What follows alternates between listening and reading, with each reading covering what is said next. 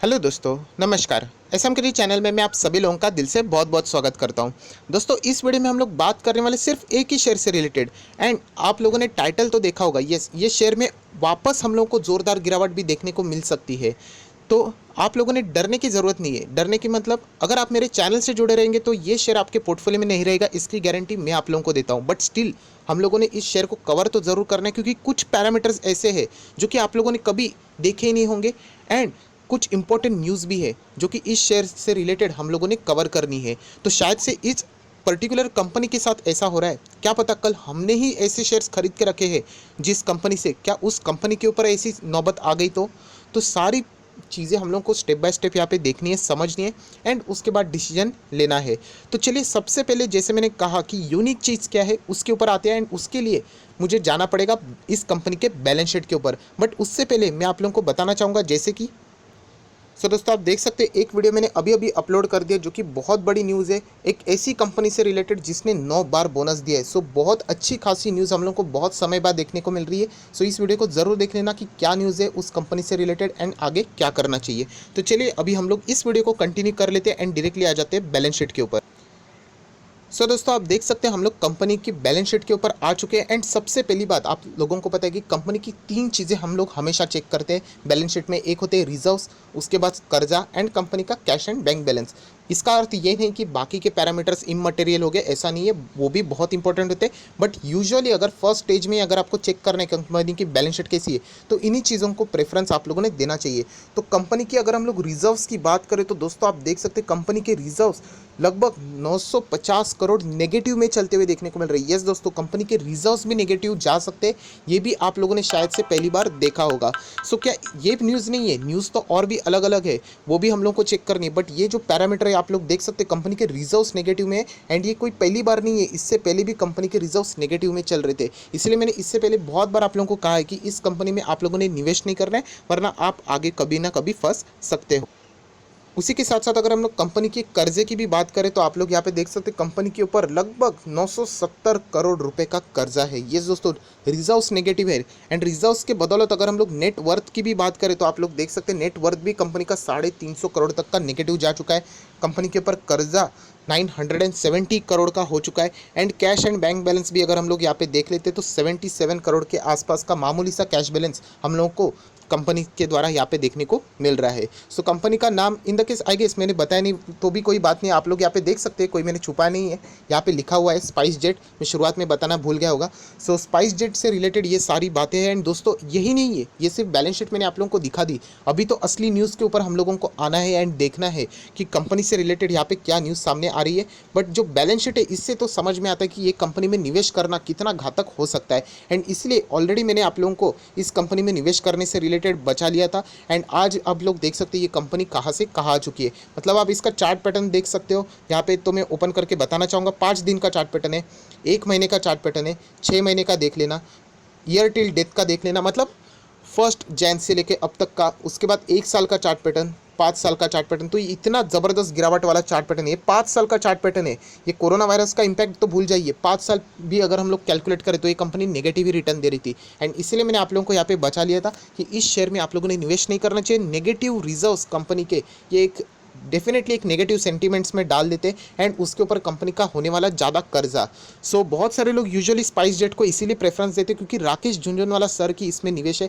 उनके buying level अलग होती है, उनकी अपनी स्ट्रैटेजी होती है। मैं बार बार आप लोगों को ये बता चुका हूँ, आप दूसरों को फॉलो करोगे तो आप एक ना दिन, बोलते हैं ना, वो पक्का मरोगे। कभी ना कभी ऐसा ही होता है, बहुत सारे लोग यही करते हैं। मैं कितनी बार आपको भी बोल चुका हूँ, आप मुझे भी फॉलो मत करना। देखिए, अगर लॉस हो गया तो मेरी कैपेसिटी क्या है मुझे पता है, मैं इतना इतना लॉस झेल सकता हूँ। वैसे मैंने आप लोगों को कहा था कि अगर मैं राकेश झुनझुनवाला सर को फॉलो करने जाऊंगा एंड मैंने जेपी एसोसिएट में अगर डाल लेता पैसा, आप सभी लोगों को पता है जेपी एसोसिएट में राकेश झुनझुनवाला सर ने 24 रुपये के आसपास बाइंग की थी, उसके बाद 27 रुपये के आसपास भी बाइंग की थी। आज वो शेयर कहाँ है आप देख सकते हो। ऐसा नहीं होता है, क्या उन्होंने फंसाने के लिए नहीं किया था, उनकी अपनी स्ट्रैटेजी है। वो लॉस हो गया तो वो बेयर कर सकते हैं, उनका दिन का खर्चा रहेगा लाखों करोड़ों रुपए का। तो हम अगर उनको मैच करने जाएंगे तो उतना हम लोग मैच नहीं कर सकते। तो इसीलिए कह रहा हूँ, हर एक की अपनी अपनी रिस्क टेकिंग एबिलिटी होती है, ये आप लोगों को सीखना पड़ेगा। आप हर वक्त अगर मुझे फॉलो करोगे, दूसरों को फॉलो करोगे, आप एक लिमिट तक ही रहोगे, उसके आगे आप लाइफ में नहीं बढ़ सकते हो। सो खुद को अगर आप लोगों को काबिल बनाने, इसलिए ये सारी चीज़ें मैं आपको बार बार बताता हूँ, तो आप लोग यहाँ पे खुद एजुकेट होके आगे ये खुद ब खुद ये चीज़ें सीख सकते हो। तो चलिए दोस्तों, ये सारी चीज़ें तो देख ली।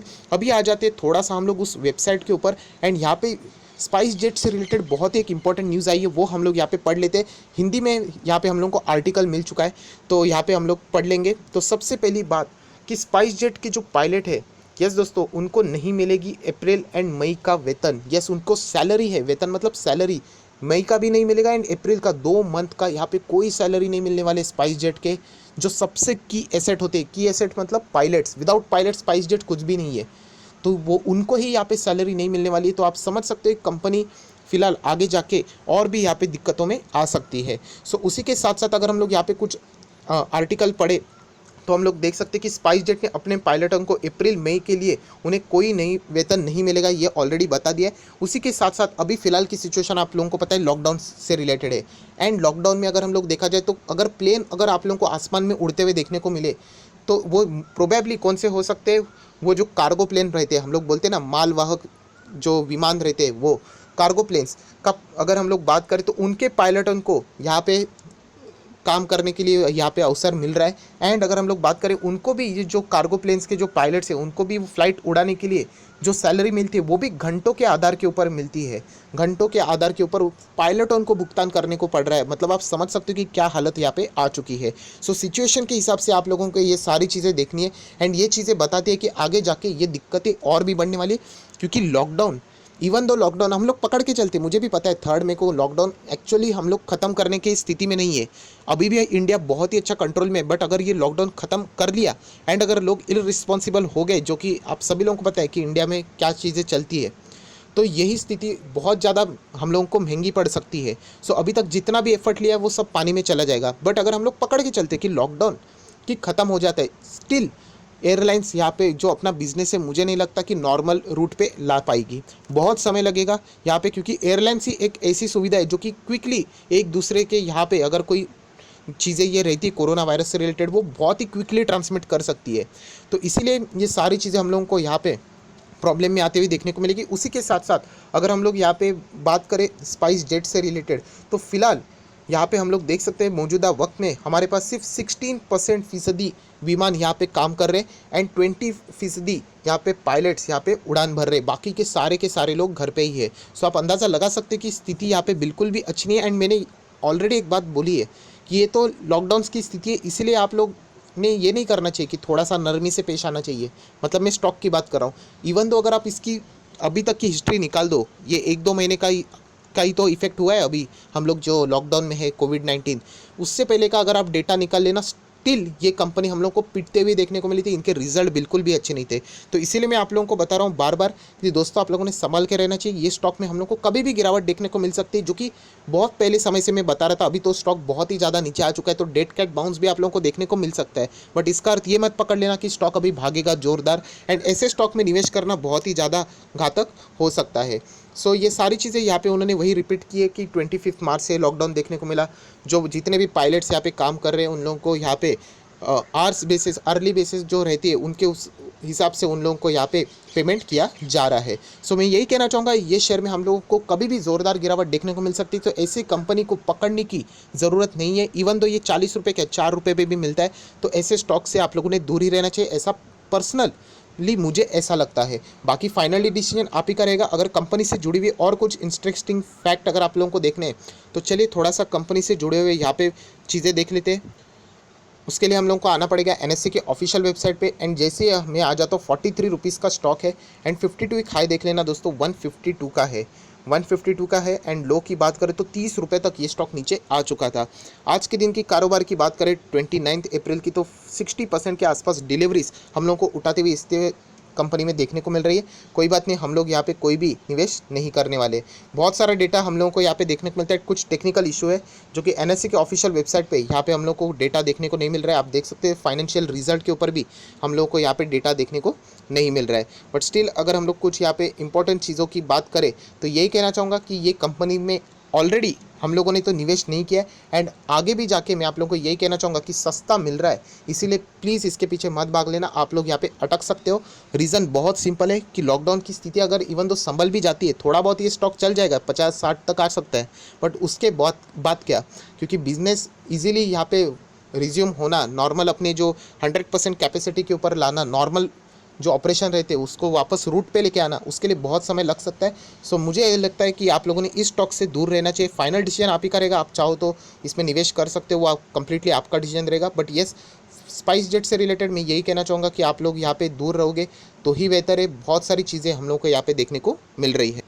सो अगर आप लोगों को कोई एयरलाइंस बिजनेस वाला स्टॉक चाहिए तो आप लोग इंडिगो के लिए जा सकते हैं, बट वापस इंडिगो के लिए भी सेम रूल एप्लीकेबल हो सकता है, क्योंकि फिलहाल सारे के सारे जितने भी पैसेंजर प्लेन्स है, एयरलाइंस है, जितने भी उनकी उड़ानें वो सारे के सारे रद्द हो चुकी है। इंटरनेशनली तो पता है, डोमेस्टिक लेवल भी बंद है, सिर्फ कार्गो प्लेन से यहाँ पे चल रहे हैं। सो इवन दो अगर आप इंडिगो में भी निवेश करने जा रहे हो तो वो भी फंडामेंटल स्ट्रॉन्ग शेयर है, बहुत ही ज़बरदस्त रिजल्ट है, बट आप अपने आप को जो पैसा है, आपकी इन्वेस्टमेंट है, वो रिस्की कैटेगरी में ज़रूर डाल रहे हो। क्योंकि अगर हम लोग इंपॉर्टेंट बिजनेस मॉडल को भी मद्देनज़र रखते हुए डिसीजन ले तो आप सभी लोगों को पता है, वॉरेन बफे जी, उन्होंने भी अपनी कंट्रीज़ में जहाँ जहाँ उन्होंने निवेश किया था एयरलाइन सेक्टर में, उन्होंने अच्छा खासा वहाँ पे मुनाफा वसूली किया है, अच्छा खासा प्रॉफिट बुकिंग किया है। क्योंकि आप सभी लोगों को पता है कि एयरलाइंस ये हमेशा हम लोगों को आखिरी में रिज्यूम होते हुए देखने को मिल सकते हैं फिलहाल की सिचुएशन को देख के, एंड उसके लिए बहुत टाइम लगेगा। एंड सिचुएशन रिज्यूम होना ये कोई सोल्यूशन नहीं है, उसके बाद वापस ऑपरेशन को स्टार्ट करना ये भी बहुत बड़े दिक्कतों वाला काम होने वाला है। सो इसीलिए कह रहा हूँ, स्पाइस जेट ऑलरेडी मैंने आप लोगों को मना किया था, एंड आज भी मैं यही कहना चाहूँगा कि इस शेयर को पकड़ने की कोशिश मत करना। इवन दो ये 50 जाए, 60 जाए, 70 जाए, फंडामेंटल्स हम लोगों को देखना चाहिए। देखिए कंपनी कभी भी बाउंस बैक कर सकती है। येस बैंक ने भी तो बाउंस बैक किया था 150 से लेके, उसके बाद वो लगभग 200, 250, 260 तक गया था, बट वहाँ पे फंडामेंटल स्ट्रांग नहीं थे, अनसर्टेनिटी बहुत ज़्यादा थी, एंड आज आप लोग देख सकते हैं स्टॉक कहाँ पे है। सो 20-30 रुपया स्टॉक बढ़ गया तो इसका मतलब ये नहीं कि स्टॉक हाथ से निकल गया। फंडामेंटल्स देखते हो, फंडामेंटल एनालिसिस करते हो तो यही पता चलता है कि इस स्टॉक में आप लोगों ने पहले भी नहीं रहना चाहिए था, एंड आगे भी आप लोगों ने तो इसको स्ट्रिक्टली अवॉइड ही करना चाहिए। एंड ये स्टॉक कभी भी ज़ोरदार गिर सकता है, ऑलरेडी बहुत गिर चुका है, बट कभी भी और भी हम लोगों को गिरावट देखने को मिल सकती है। सो फाइनल डिसीजन आप ही करेगा, चाहो तो आप इस कंपनी में निवेश कर सकते हो, वो कंप्लीटली डिसीजन आप ही करेगा। मैं सिर्फ आप लोगों को यहाँ पे समझाने की कोशिश कर रहा हूँ। सो आई होप आशा करता हूँ वीडियो आपके लिए हेल्पफुल रहा होगा, तो ज़रूर इस वीडियो को लाइक करना मत भूलना, तो मुझे समझ में आता है कितने लोगों को ये वीडियो अच्छा लगा है। So that's it, thank you very much, we will be meeting in our next video. तब तक के लिए बाय बाय।